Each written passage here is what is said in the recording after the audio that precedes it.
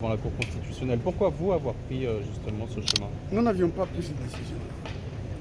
Il s'est fait que, si vous lisez toutes nos déclarations, il n'y en a aucune qui dit cela. Mais il y a d'autres partis qui ont voulu se joindre à nous. Et il y a eu une rencontre au CEPAS à laquelle je n'ai pas participé. Et de toutes les façons, le projet qui m'avait été envoyé ne contenait aucune mention du rejet de la procédure devant la Cour. Aucune.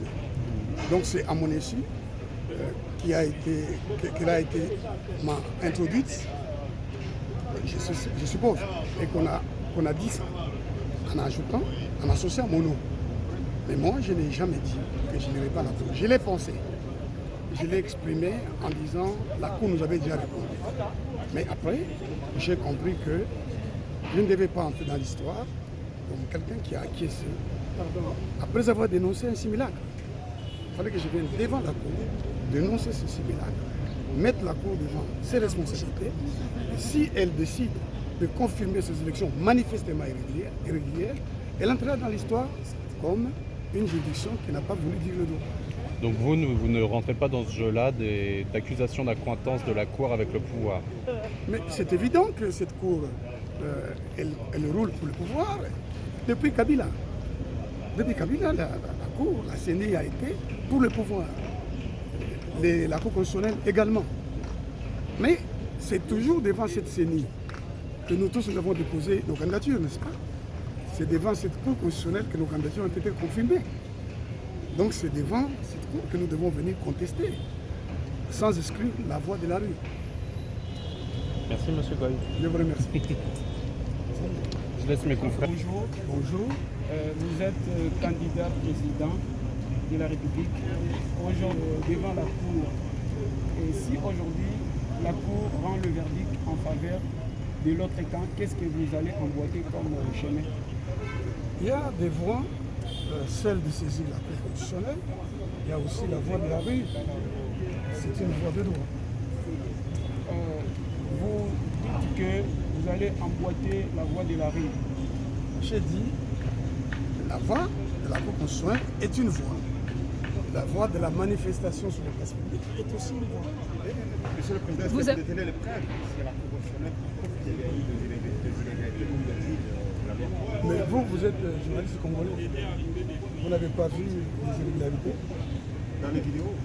Avez-vous vu ou n'avez pas vu? Ensuite, est-ce que la CENI a sanctionné des gens pour irrégularité? Oui. Oui, Vous êtes tout à journaliste. fait. Et vous venez me Le poser, 82 vous venez me poser ce genre de questions. Il y a 82 candidats invalidés. Quelles sont les accusations? Fraude, détention du matériel des votes. Et vous venez me dire que vous avez la preuve des irrégularités. Parce que la Cour dit... Mais attendez, vous êtes journaliste. Vous devriez me dire ici pourquoi la Cour ne comprend pas que les preuves ont été apportées et par les observateurs et par la population. Et puis, je précise que les juges constitutionnels en matière électorale, en tant que juge électoral, il est le juge de la régularité. Il est comme le juge pénal, il recherche aussi les preuves. Vous comprenez ça? Donc, les preuves qui ont été mises sur la place publique sont connues du juge électoral. Et je les lui ai apportées sur flash display. Et cette démarche pour régulariser ou annuler les élections?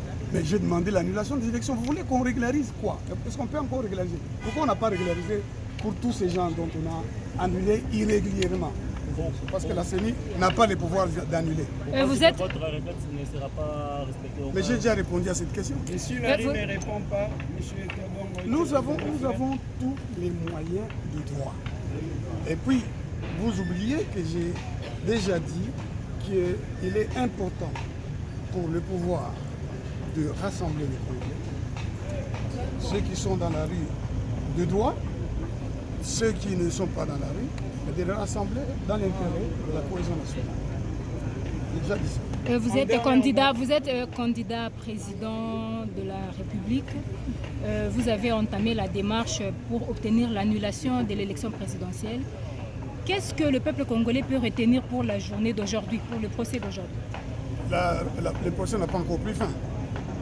Mais le peuple a suivi ce que j'ai dit. J'ai parlé pour le peuple. Je n'ai pas parlé pour moi. j'ai parlé pour nous tous. Nous avons le droit d'être dirigés par un président régulièrement élu.